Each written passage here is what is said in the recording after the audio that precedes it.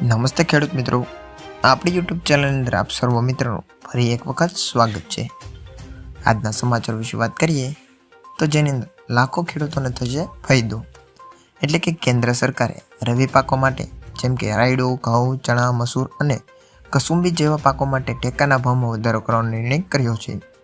ઘઉંમાં પ્રતિ ક્વિન્ટલ 150 રૂપિયાનો વધારો, જવમાં 15 રૂપિયા, ચણામાં 105 રૂપિયા, મસૂરમાં 425 રૂપિયા, સરસોમાં 200 રૂપિયા, કસુંબીમાં 150 રૂપિયા પ્રતિ ક્વિન્ટલનો વધારો કર્યો છે। ઉલ્લેખનીય છે કે દર વર્ષે ખરીફ અને રવિ પાકના વાવેતર પહેલા સરકાર દ્વારા ટેકાના ભાવે ખરીદી જાહેર કરવામાં આવે છે। બીજા સમાચાર વિશે વાત કરીએ તો 3 લાખ સુધીની લોન માફ થશે।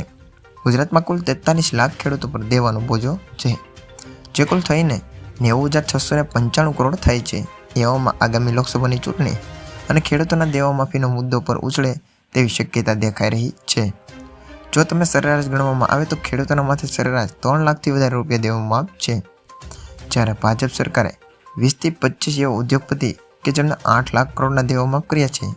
જો મોટા ઉદ્યોગપતિના દેવા માફ થાય તો ખેડૂતોના કેમ નહીં?